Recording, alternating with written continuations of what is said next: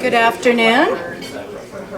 Thank you so much for joining us for today's presentation by Corey Creekmur, Associate Professor, Departments of Cinematic Arts, English and Gender, Women's and Sexuality Studies from the University of Iowa. And Corey will be speaking to us today about the invisibility of popular Indian cinema in America.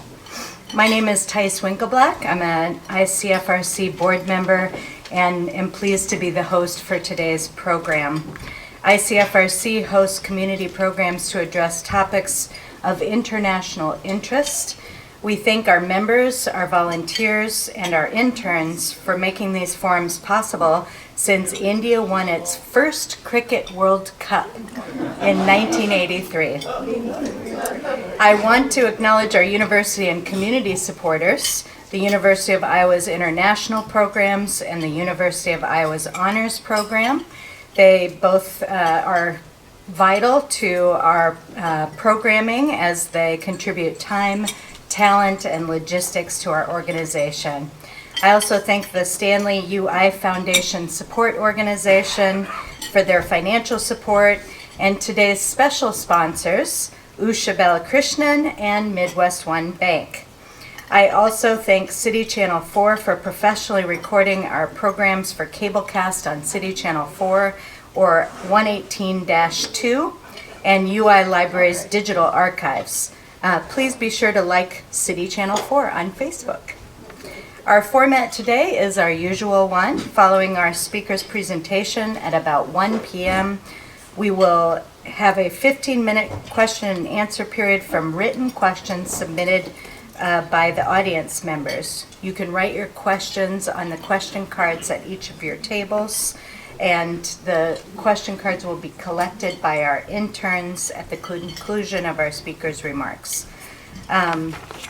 I'd also like to just give a quick reminder, as is the case, I think, with all presentations, especially ones that are being recorded. It would be very nice of you to please make sure that your cell phones are silenced. And also, if you need to remove or to leave a little bit early, if you could just do so as quietly as possible. So without any further announcements, I'm going to hand it over to my dear friend and fellow Rotarian, who is known to so many of you in the community, Usha R. Balakrishnan. Usha.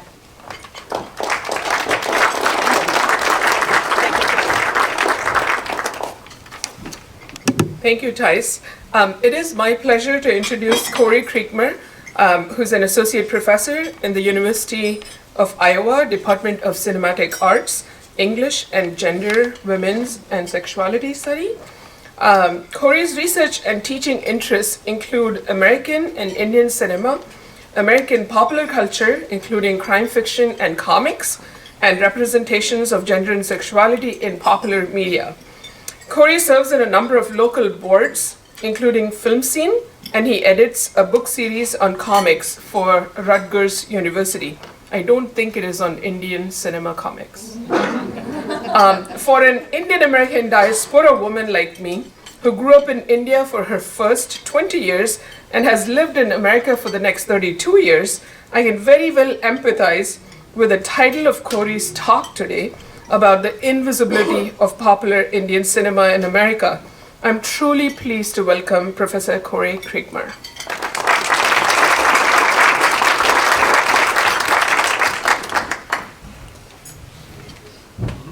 Thank you, and I'm very happy to be here. Let me preface this by saying I did presume little, if no, knowledge of Indian cinema or popular Indian cinema on the audience's part. I realize there are people in the room, including Usha and my former Hindi teacher, Philip Letkendorf, who Philip and I have often taught Hindi film courses together. People who, I have nothing to tell them that's new, but I'm presuming that this is a relatively new or unknown topic to many of you.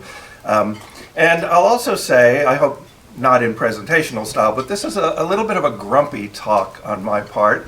It's something I've been puzzling about for some time now, as long as I've been interested in popular Indian cinema, why it it seems to me, with ups and downs, but it seems to me to remain a fairly unknown topic in the United States. And so I'm going to talk less about Indian cinema per se. I'm going to not say much about its characteristics, what distinguishes it. I'd be happy to answer questions along those lines, but I am going to talk about this sort of curious obscurity that it seems to have in the U.S. And I'm going to try to emphasize, in brief ways, that this is not to cast blame, certainly on anyone in the room. This is, I think the reasons that I'm going to talk primarily about Hindi cinema, remains little known in the U.S. is not out of lack of interest, or this is not to say, it's any particular person's fault here. There are structural reasons for this. There are institutional reasons for this, and that's what I want to emphasize. First, I'm going to, though, talk about the fact that there's a certain amount of confusion about the object of study. What is Indian cinema?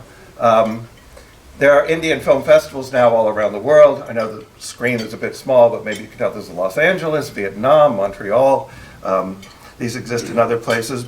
But relying on a kind of common sense understanding of what Indian cinema is, comparable to what German cinema is or what French cinema is, can cause some confusion. It's a very unstable term for reasons I think are worth spending some time on. First, and I'll mention this now and circle back to this topic, we should distinguish between at least, and this is not a subtle distinction and it could be more subtle, between popular cinema, mainstream cinema, commercial cinema, and art cinema. Like I said, this will be a topic I'll come back to. I've selected here two of the best known representatives of popular cinema, Hindi cinema in this case, and art cinema, the most famous Bengali example. Many of you will know that another complication is that Indian cinema probably should always be referred to as Indian cinemas. There are multiple cinemas. This is true in some case for many national cinemas, in the sense that many national cinemas have a popular cinema, say, and an art cinema. But when we talk about French cinema, for all the diversity within that category that you might find, we are talking about a body of films in the French language, or German cinema. Even when we had to talk about East and West German cinemas, we're talking about a body of cinema in the same language, and across the century that those cinemas have existed. Indian cinema exists in a dozen or more distinct languages. And so you've got the only sort of comparable example, and it's not comparable in some ways, is the category of Chinese cinema, which can refer to films from the People's Republic, films from Taiwan, and films from Hong Kong. But the status of Taiwan and Hong Kong is, of course, distinct in ways that the status of the regions or the states of India are not. So the states of a unified nation, but identified by different languages. Again, I realize some of you can't see this, but this is a map, not a complete map by any means, but a map that identifies the main language regions. And there are significant cinemas in, significantly large cinemas in, say, 3 or 4 of those, and then smaller, what are commonly called regional cinemas. That term deserves some consideration itself, but what are called regional cinemas. And so there is a very large body of, across a number of regions or languages, South Indian cinema. South Indian cinema is fascinating for its own reasons, in part because of long ties between South Indian politics and South Indian cinema. There's a now long tradition of Indian film stars moving into politics in South India. Again, a rich topic I'm not going to have much to say about. So here is some information on last year. That this is perhaps imperfect. This sort of data is hard sometimes to find in very precise ways, but I think this is largely accurate. Around 1,500 films made in India last year. And the largest number, this is typical of any given year, in the major languages of Hindi, Telugu, and Tamil. Although a significant number of films in Kannada, Bengali, other languages, and then there's a kind of other category. So to emphasize, this is not complete. This is not every language in which a film in India was released last year. I'll come back to the numbers in a little bit, but I wanted to emphasize the linguistic diversity at this point. A historical question I'll just raise quickly. What do we call cinema made in India by Indians for Indians before the contemporary nation of India existed? What do we call cinema made under colonial British India? Is that Indian cinema? This has been a question, and it may seem like a picky one in ways, but it's been a question raised by film scholars. What do we do with pre-independent Indian cinema in terms of categorization? It was subject to British censorship rules. It was subject to British regulations. The British paid a lot of attention to it in some cases, ignored it in others.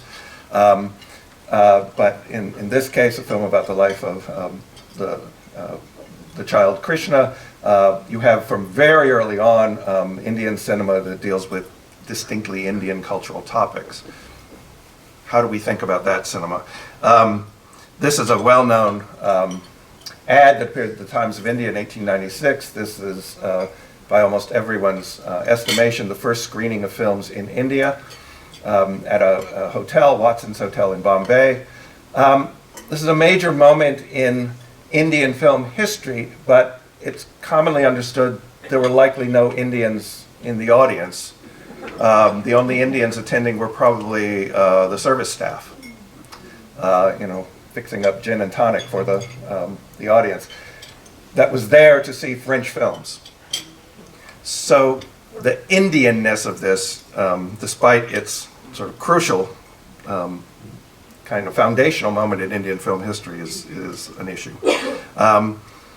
So we have very interesting films with key figures in the history of Indian cinema. The stunt queen named Fearless Nadia, the superstar who arrives by the 1970s of Amitabh Bachchan. We have colonial and independent cinema constituting, the fact that India becomes independent in roughly the middle of the 20th century means that it bisects the history of cinema, which is largely the history of the 20th century. So there's a historical question to be raised just about identifying something as Indian cinema. There's also a category that probably is best understood as diasporic cinema. Cinema that is often taken to be Indian, but in some important sense is not. So Mira Nair's film, Monsoon Wedding, a number of years ago, someone like me, who people know works on Indian cinema, would commonly say to me, "Oh, I saw an Indian film." Or I'll anticipate where I'm going. I haven't raised this word yet. I saw a Bollywood film, and I'd say, "Oh, terrific, what is it?" "Monsoon Wedding." And I would usually just smile and ask if they liked it. But it's an international co-production. It did have some, in terms of financing, Indian connections, but it's largely a production of India, a US, an Italian, a French, and a German production company. Mira Nair did begin her career making films in India, documentaries, but mostly has been based outside of the US, even though she went to India to make this film. And then maybe even more category confusion is created by this film, which is, many people think if they've seen an Indian film, this is likely the film they've seen. But this is best understood, again, if you follow the money, you follow the source of the production, you follow the copyrights and the director. This is a British film with U.S. backing. Yes, filmed in India. Yes, an Indian-based story with Indian actors. But in some sense, in the way we categorize a film, often in terms of production origins, the money, the financing, not an Indian film.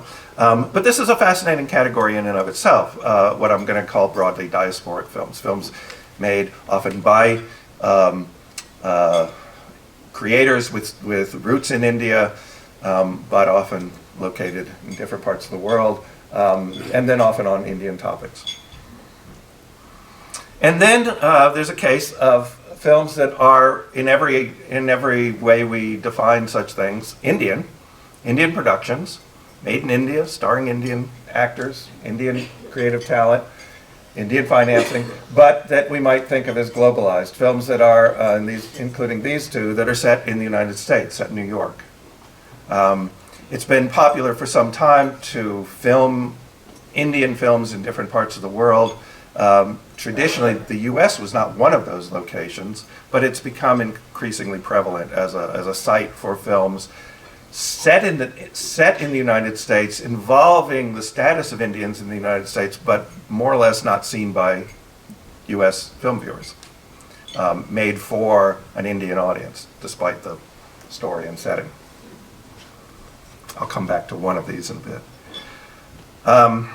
And I should say, I'm not going to do a complete discussion of this, but Indian films have played historically in parts of the world.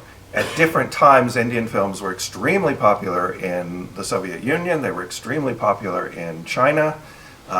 They have a history of playing in parts of Africa. They have a history of playing in Greece, other parts of the world. There is, in fact, a longer history that people often recognized of Indian films playing in the UK. It goes back at least to the 1940s, if not earlier. This is a relatively recent popular Hindi film. It's actually also set in New York. This is a poster for the French release of the film. The film in French is known as Indian Love Story. That's the French title, despite it being English. When it played in the US, it was released as Kal Ho Na Ho. And that does not translate to Indian Love Story. No, and not a translation, direct translation. So I'm going to after confusing you with all of that, which is to say, I just want to say the category of Indian cinema itself is this quite elusive one. It's complicated historically, it's complicated across the different regional cinemas, it's complicated because of what I'm calling, again, diasporic films that aren't really Indian in some sense, but are important in the way India represents itself or is represented. I'm going to focus on my main interest and the what's usually not seen as a regional cinema, but the dominant popular mainstream commercial cinema, Hindi cinema, produced in Bombay. And here two major examples. But that forces me now to confront this term, Bollywood. Bollywood refers to popular Hindi, and there's probably nobody in this room who needs this clarification, but if anyone has ever taught Hindi cinema, this is what you learn. You correct first on student papers, not Hindu, the religion, but Hindi, the language. Popular Hindi cinema, produced in Bombay, now officially Mumbai, acquired this name. There's some mystery over how this happened and exactly when this happened. It probably arose with a journalist being clever, that they attached, to Bombay, Bollywood. I have my own difficulties with the term. There's a lot of debate on the term. It's often viewed as condescending. It's often viewed as trivializing. It clearly is modeled on the notion that Hollywood comes first, and then we have Bollywood. But it's, for me and other scholars who have some trouble with the term, it's a losing battle. It's become the known, popular, visible term. And so here I have a couple of scholarly works recently where, again, the term is ubiquitous. Publishers expect it in the titles of books dealing with Indian cinema, sometimes for good reason. It's specifically on popular Hindi cinema, but it also has become an increasingly fuzzy term, and I'm going to say just a little more about that. Part of its visibility, if anything, has made popular Indian cinema visible in the United States, if not the world, it's probably that category. But as you can see here, it's attached itself to other things now. So I often hear from people who also know what I work on. They'll say, oh, I'm taking a Bollywood exercise class, or I went to a Bollywood dance performance, which people do dance in the film, so there's some connection. But oh, I saw this in San Francisco. I saw that there's a Bollywood party being thrown. It's become this signifier that moves around and attaches to different things that may or may not be very related to the cinema. And it's become this kind of curious reference point for things that may extend apart from it. So this exhibition found the need to call itself Bollywood and Beyond. Beyond is just everything else. Anything that isn't Hindi cinema but is vaguely related because it's also Indian gets attached there too.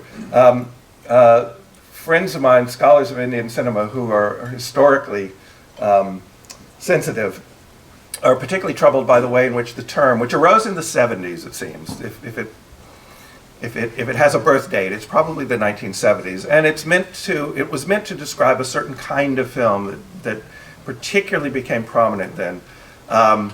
What is sometimes called the masala formula, a multi-genre, a little bit of singing and dancing, some comedy, some action, romance, featuring prominently songs. It refers to a certain kind of film, which in fact is characteristic at one level across Indian popular cinemas, but also is historical. It doesn't describe very well popular cinema of the 1930s or maybe 1940s or earlier, but it now gets used retroactively.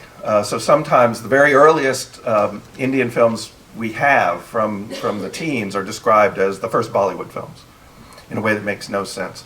Or Tamil or Telugu or Malayalam films are described as Bollywood films in a way that makes no sense, wrenched away from the context of Bombay.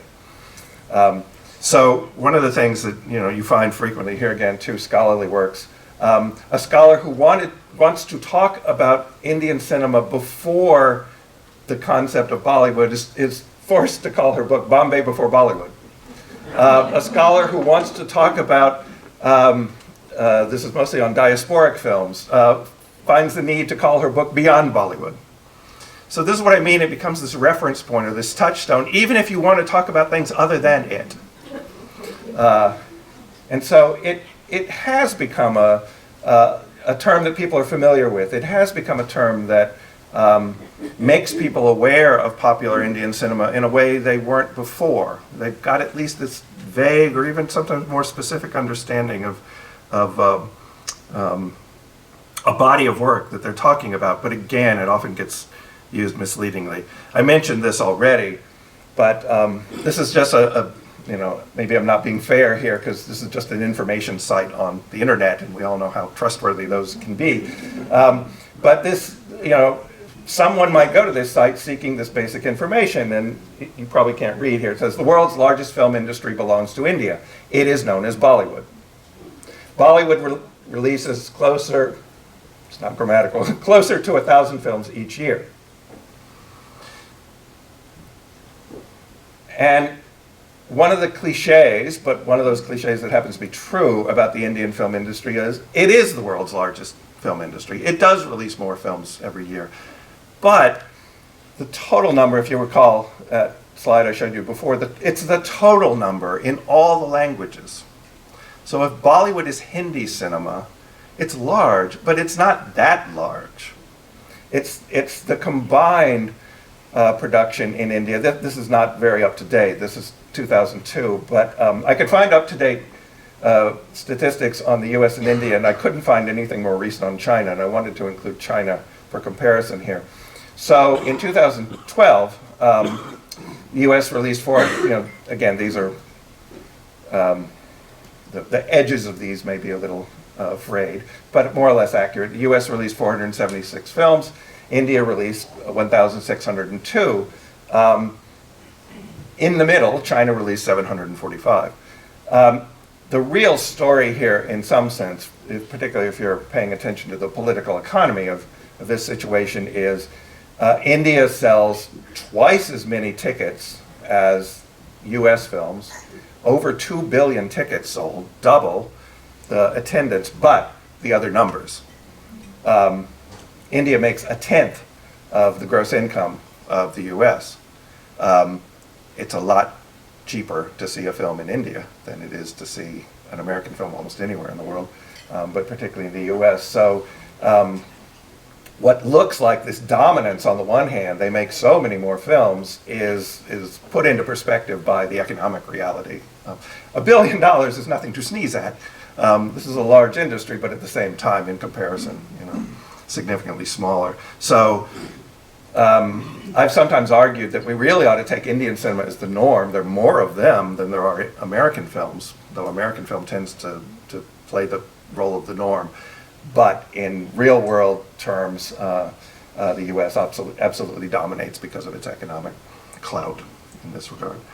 So just to remind you again of that number, 234 films that could be identified as Bollywood, but these claims are made.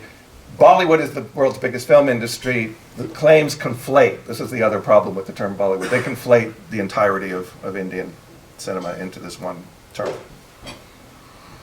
Leaving out again, and you'll see, Telugu and Tamil cinema are in any given year running kind of neck and neck with Hindi production.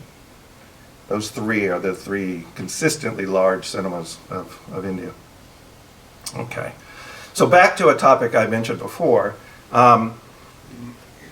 What happened some time ago, and to me curiously has continued, is that Indian art cinema, I'm referring somewhat to my training as a film student, but then also to the way in which in more popular domains this is also the case. Indian art cinema found a toehold in the West, particularly with the films of the Bengali filmmaker, master filmmaker, I have no question about his deserved status, Satyajit Ray. And particularly this series of films made near the beginning of his career, known now as the Apu trilogy.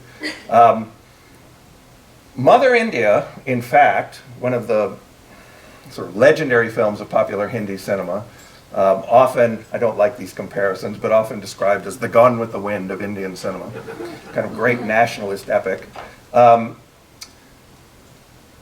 played in the United States. This is almost forgotten now. It played in a version that was cut down, songs were removed from it. It was nominated for an Academy Award.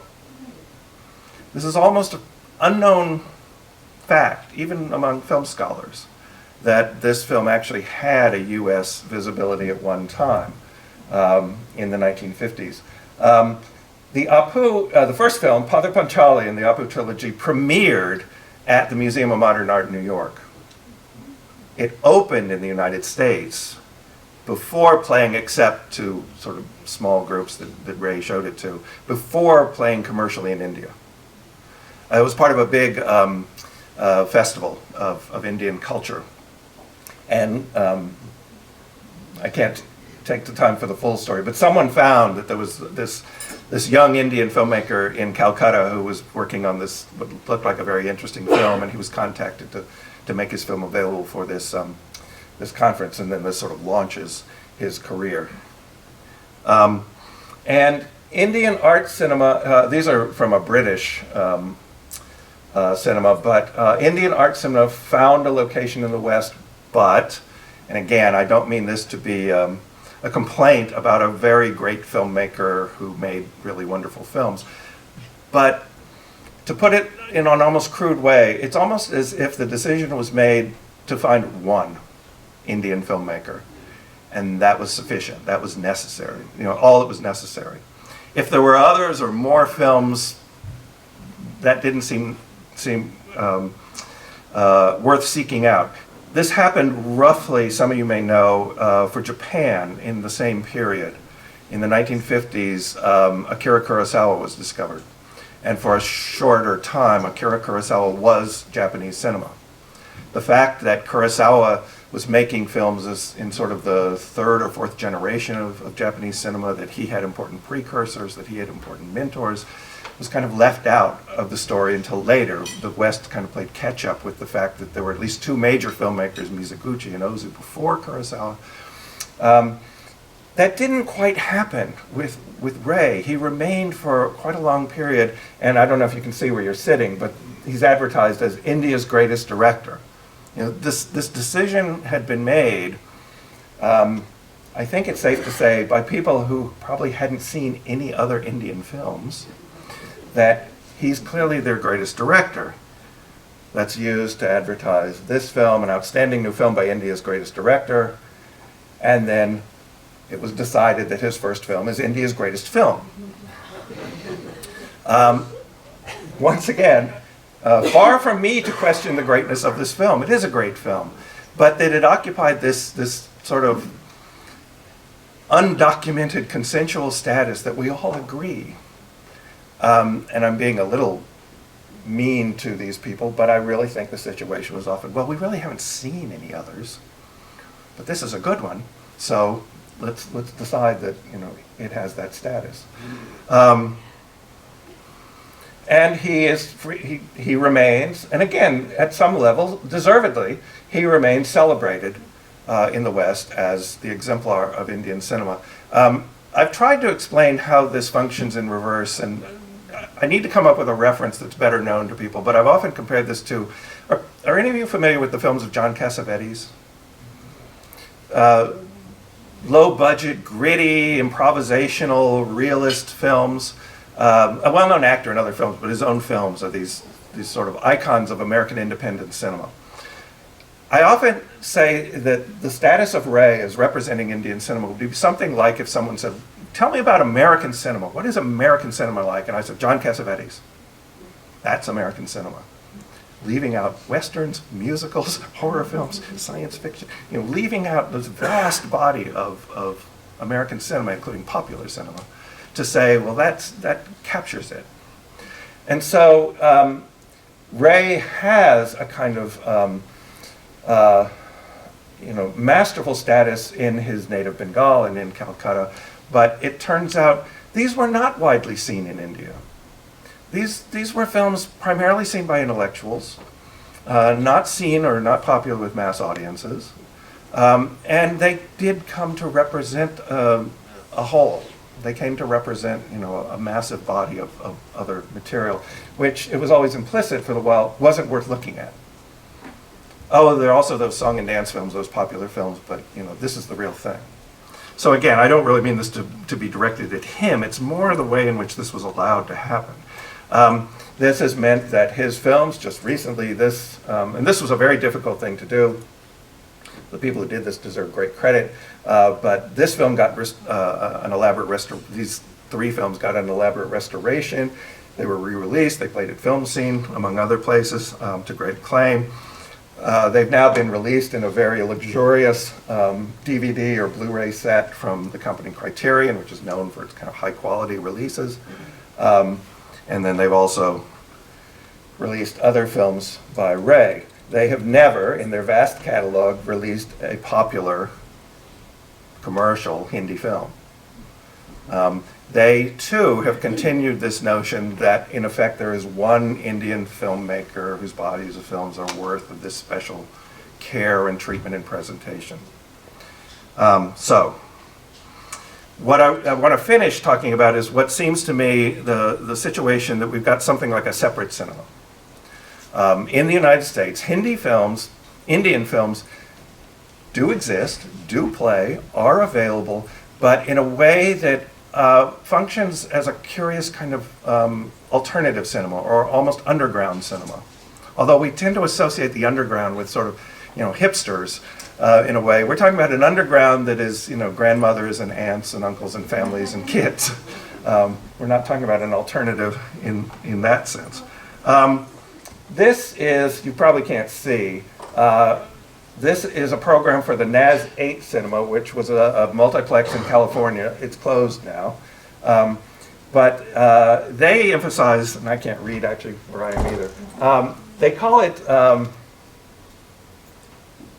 multicultural cinema. You know, India's or Southern California's showcase for multicultural cinema. It's all Indian, so it is different languages, so it's multicultural in that sense, but it's not multinational.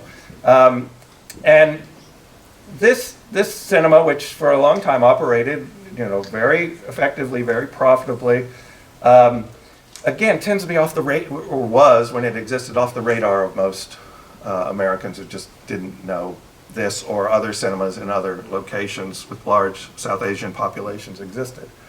The other place where Indian cinema, particularly on video, exists and thrives is in diasporic South Asian markets. So not in, we don't have them anymore, of course, but not video stores, not at Blockbuster, but at the markets. This is one on Devon in Chicago, that you know, serve, or neighborhoods at least, that serve multiple functions. So food markets, places to buy saris, places to buy spices, and then places to get music and video. But again, my experience of now for, you know, over a decade or more going to these shops to shop is when I go in, and unless I'm known there, some places know me now, they know me as the person who wants old films, by which the kids working there mean films from the 70s. I'm looking for the 30s, and they say, "You want old films?" And, you know, this is 10 years old. But the other, when I go into a shop I'm not familiar with, I'm almost always told, as this white guy, I'm told, "Oh, sir, this is just Indian films. You know, clearly you're in the wrong place. Clearly you've wandered in, you know, not knowing what we've got here. These are Indian films." And I have to clarify, well, believe it or not, I'm actually interested in Indian films.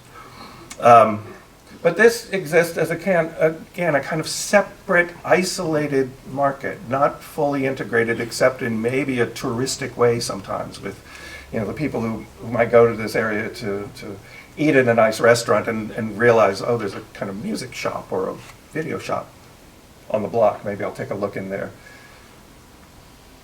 So let me just give you a couple of concrete examples and try to finish up. This recent film from last year, Dangal. Dangal is a wrestling ring. This is a film about a father who raises two daughters to be wrestlers. Was a massive hit. It opened in 331 screens in North America, US and Canada, last December. In this odd case, it opened 2 days before it opened in India. Opening at the end of the year is a sign of a big film, a film expected to be very big. The trailer for the film is widely viewed within a few weeks by at least 38 million people. A music video for the film is viewed by millions of people soon after it appears. It eventually becomes the highest grossing domestic film in Indian history. And the second highest internationally. It makes, this is just a few months ago, it makes worldwide $110 million. The record is held by a film from just a few years ago, starring the same star. They made $120 million. Now again, I'm guessing most of you have not heard of one of the most successful films of all time, made last year. That showed in 300 cinemas near you, in this country. You may not know, because this is not advertised to an audience that is not presumed to be interested in this, that right now, this week, today, in Cedar Rapids, you can see a Telugu film that is showing. In Des Moines and in Davenport, you can choose from one Hindi film, two Telugu films, and a Tamil film, all showing right now. Not advertised in local papers, not advertised for an audience that is not presumed to have any interest in these films. So these films surround us. This isn't just Chicago or Los Angeles or Atlanta. These are theaters in Iowa. There's a number of places online where you can look up what's showing. And again, we seem to be oblivious to these. This recent film, just released a few weeks ago, has also done enormously well. It's on the road toward being one of the most successful films of all time as well. It opened in 265 North American cinemas, including some of the ones I just showed you. It played. And in a very short period, it's already grossed around 11 million, and it's still playing in some theaters, so it's likely to go higher. It stars this man, Shah Rukh Khan, who the BBC, at least at one point, the BBC, not an Indian company, the BBC determined was the most popular star in the world. He likely is. He's probably one of the most famous people on the planet. He has been feted at locations like Yale University, among others, but there are limits to this fame. One of the most common stories about Shah Rukh Khan in recent years is that every time he comes to the United States, he's detained. And if this doesn't get on the US radar, it obsesses Indian media. So you can, Shah Rukh Khan detained, US apologizes, Shah Rukh Khan detained at Los Angeles airport. It's big breaking news whenever it occurs, and it occurs all too often.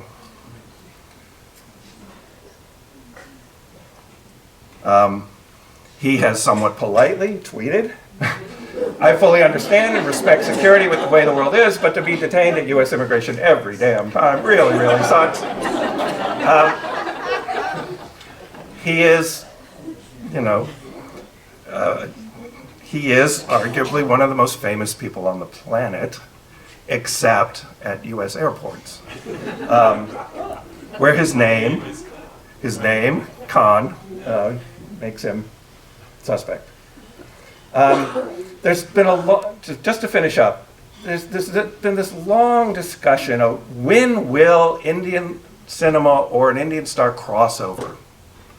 When will they achieve the, elusive success in America? There's a quotation I've always liked that someone I showed a picture of, the superstar, still very, very prominent, superstar of the 1970s, Amitabh Bachchan, was asked once, why don't you go to Hollywood? Why don't you make a Hollywood film? Why don't you go to Hollywood? And very smartly, he said, I'm a hero, which is the common term in India for a leading man. I'm a hero. Why do I want to be a brown sidekick? And I think it was smart on his part. He wouldn't be asked to lead a film. He would be put in a secondary role. He has about 1 billion fans. So why go to the US, although that supposedly marks a certain kind of success, and take these sort of minor roles? It's now, but we've seen versions of this before, it's likely that this woman, Priyanka Chopra, might be the one to do this. But I'm raising a question about whether this is even something worth doing. She stars on a TV show right now, Quantico. She is about to appear, whether this is a good thing or not, in the forthcoming Baywatch film with The Rock. And she is likely to achieve a kind of Western, global, international status that very few Indian film stars have. My question is, does the crossing over will it encourage people to go back? She's made dozens, if not 100 or so Hindi films, some of them huge hits. But I don't know that her success in the West is going to ensure that even her most fervent fans go back and watch her earlier films. I don't know that it will translate into this kind of dialogue between the two countries. So I'm going to leave you with just the ongoing question of whether one of the Indian film distributors promises that what they're providing is from Bollywood to your hood. So I took their line, but whether this ongoing puzzle of whether Indian cinema, popular Indian cinema, will ever achieve a kind of visibility in the United States remains to me a kind of puzzle. So.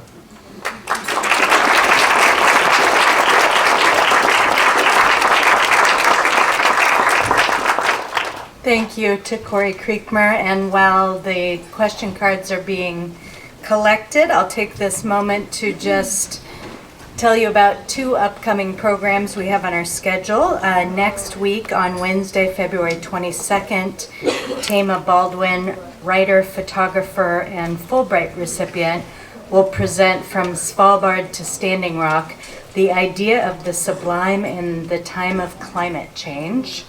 And on Thursday, March 2nd, Blake Rupi, digital content strategist, entrepreneur, and adjunct professor, UI Global Health, will present Health, Wealth, and Waste, social entrepreneurship in global health and beyond. So that's what's on the radar. We hope we'll see you again in this location, but we'll turn it back over for some questions for Professor Creekmur. And as is often the case when I'm allowed to host, I like to ask the first question, so pardon me. The burning question in my mind as you were talking, Corey, is online streaming such as Netflix, good, bad, or indifferent when it comes to helping make Indian cinema more accessible to a U.S. audience? Yes, I probably betray my old-fashioned biases where I still think of cinema as something you see at a movie theater. But there's no question that a whole range of availability on DVD, which when that first happened was unprecedented.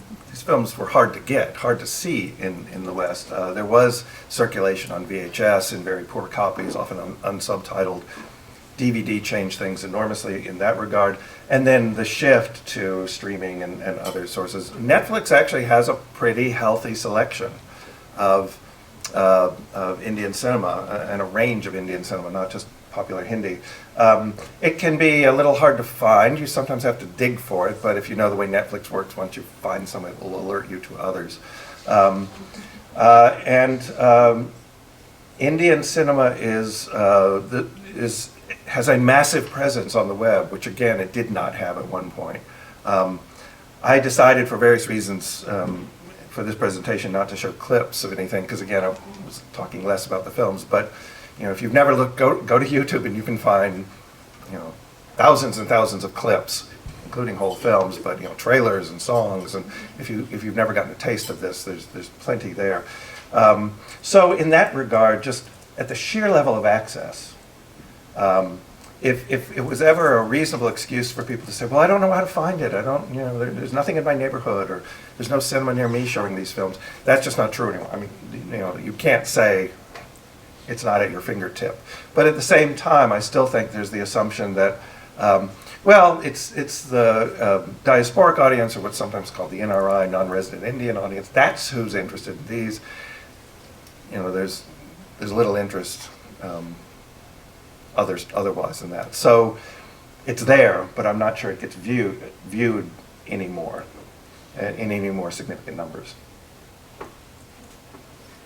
How do we do this? You need the mic. Professor Creekmur, thank you so much for your excellent presentation. We have several questions from the audience, and I'll ask these questions on behalf of the audience. Does Hindi cinema dominate or influence Indian cinema in general? And are there film remakes across Indian languages? I know the answer, but I'm asking on behalf of I'll answer the last one, the easy one. Yes, there are a lot of remakes, including a lot of remakes across languages, and remakes of Hollywood films and non-US films. Some Indian films get remade in other locations, like Hong Kong, so a lot of remakes. Most of them unofficial. Most of them without paying the rights to make remakes. The first part is trickier. Hindi cinema is often seen to dominate. I should have clarified, Hindi cinema is produced in Bombay, which is in the state of Maharashtra, where the language is Marathi. There's a Marathi cinema, significant cinema. So you do have the curious, has to do with the history of Bombay, but you do have the curious history of within a state that has an official language, you do have this Hindi language popular cinema. It is often felt to dominate. A common kind of claim is it is the equivalent of Hollywood cinema for South Asia in the way that it dominates. That's kind of true. It certainly, the whole structure of saying Bollywood and regional. So identifying Tamil and Telugu cinema as regional cinemas, despite their size, it gives you some sense of that. But in sheer numbers, it doesn't always. It certainly doesn't dominate the South. It probably does dominate North India, and it for a long time dominated any cinema that traveled outside of India. But when I showed you those Iowa theaters. Now, Tamil and Telugu cinema is playing in these theaters in a way that wasn't true 10 years ago, where almost any film that played in the U.S., except an art film, would be a Hindi film. But that's not true anymore. Hindi cinema vies for attention from particularly Tamil and Telugu films now in these local markets. Another interesting question. Would an Indian moviegoer, I'm assuming Indian as in Indian or Indian American, Indian moviegoer, consider films such as Monsoon Wedding or Slumdog Millionaire to be Indian films or not? No. This is not to say Indian viewers are not interested in those films, but the easy response to Slumdog Millionaire is the reason it's clearly not an Indian film is it has no songs. There's one at the end, and you get the sense the filmmakers thought, well, we've got to figure out how to attach a song. So they do it in a kind of after-fact way. But the fact that the film is not itself interspersed with songs is one of the first signs it just isn't an Indian film in that formal sense. And Monsoon Wedding, though it does have songs, they're integrated in a kind of realistic way. I like Monsoon Wedding, but I get the sense that she wanted songs, but given her Western ties, she just couldn't go the full route and have song sequences. She had to figure out a kind of, songs are played at weddings, so she had to figure out a realistic way to embed the songs, but not go the full route. And I didn't mention this, but the norm for Indian films is 3 hours. That's the standard running time. Our films are short. Remember, most of the films made in the world are 3 hours. So you have to adjust your perception to think, well, 2 hours is the norm. Not really by the numbers, it isn't. And both of those films conform to the expectations of Western filmgoers that films should be about 90 minutes to 2 hours. They don't have a break, which in India is called the interval, and which is used. And it's not just, it's a long film, we should take a break, but the interval gets used in creative ways. Often there's a sort of cliffhanger at the interval. You take a break, come back and get the resolution. They don't have that element as well. So in certain formal ways, they don't function as Indian cinema, despite being set in India and telling Indian stories. Can I ask a couple more questions? So are the films playing in nearby theaters like Cedar Rapids subtitled? The answer I can tell you is yes, but those are poorly subtitled actually. Wasn't always true, but increasingly subtitling Yes. is the norm. But if you know the original language, it's not, I mean, good scholars would not call them well subtitled. How big is Nollywood? Because Bollywood films are so popular in Africa, how are Nigerian films or Nollywood in comparison to Hollywood and Bollywood? Is that the... I'm trying to think of being very efficient. Nollywood is a fascinating and complicated distinction. Nollywood is Nigerian cinema. It's not actually cinema, it's video. They're made on video and distributed on video. They're not shown in movie theaters. And it's large, but part of the situation is these films can be, you can have a film made on video, often made in a day, 2 days. Many of them look kind of like soap operas, often just kind of discussions. There's no budget for action scenes and things like that. You can have a film that is made and released, as it were, made available to people, whether legally or on pirate copies, on a Friday. And if it's a big hit that weekend, if people really like it, part 2 comes out a week later. And so it just operates on a different scale in a way. It apparently was created because, if this is true, it's just terribly sad to me. There are no movie theaters in Nigeria, no operating movie theaters, and so this is an entirely watch in your home or watch in some group location. So it's large in terms of numbers. The economics of it are vastly different, much more small scale in that regard. That's a quick answer to a complicated situation. Okay, this is the last question. It's kind of complicated. Do you think the trend in America to call out cultural appropriation steers curious Americans away from looking outside their cultural block? Oh, that is complicated. There is a general sense, and even referring to the art cinema as I did before, there is a general sense that Americans view fewer non-US films than maybe ever before. That, say in the 60s, which was probably a high point, but into the 70s, a lot of Americans, not the vast majority, but a lot of Americans would see Swedish films, Bergman, Italian films, Fellini, films from around the world, Japanese films at a certain point. That's less and less true. More is available on video than was available at that point, but it's very difficult for a non-US, non-English language film to be successful, except in New York, Los Angeles, and even then for a very limited run. Some of them will do better on video, but so I don't know that answers this question of appropriation exactly, but I do think, just based on my own observations, my own students, that we've gotten narrower about what we will view in that regard, which is a sad thing. I am on the board of Film Scene. Film Scene shows a lot of non-US films. Go see them. But not enough Indian. Not enough Indian films. Yeah. Well, again, I wish I could have pointed to, I said Cedar Rapids, Davenport, Des Moines. I wish I could have said Iowa City. The Sycamore Mall Cinema, you may not know, is catering to a local Chinese audience and shows Chinese films. Really? Not advertised on the assumption that if you're not Chinese, you have any interest in seeing them.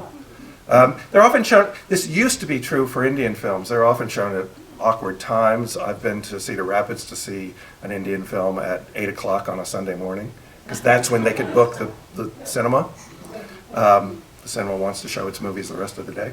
That's less true now. These are showing at more mainstream times. But the Sycamore Cinema shows Chinese films, during the day on Tuesday or something like that. So not part of their regular visible programming. But they're aware there's an audience there. What's always curious to me again is this notion that, but it's a select, limited niche audience. That there's not an attempt to address more people. And again, the fact that a lot of Indian films were released in the U.S. without subtitles was, forbidding to people who wanted to. You can often follow what's going along, but people wanted, the aid of the subtitles. That changed some time ago. I asked, this was a long time ago, but I asked a video distributor why they were putting subtitles on films, which they hadn't before, or they used to put them on dialogue but not songs. And I asked why they were doing that, and they said, this was for the company Eros, which is a big distributor, for the children of diasporic Indians who needed to look. Now this is an amazing change in Indian culture, that now Hindi films were part of the heritage. They were often shunned by Indian intellectuals. Now they were part of the cultural heritage, and these children were not learning Hindi, and so they needed the subtitles. There was no sense that, for non-Indians. That wasn't the assumption of who needed subtitles. It was for these kids growing up in America or the UK who didn't know proper Hindi. Thanks.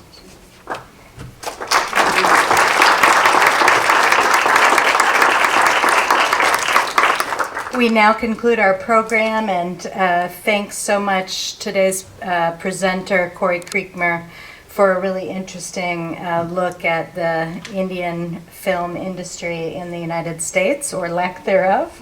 I also would like to say thank you to our sponsors, the University of Iowa International Programs, University of Iowa Honors Program, the Stanley UI Foundation Support Organization, financial sponsors, special sponsors today, Usha R. Balakrishnan, thank you, and Midwest One Bank.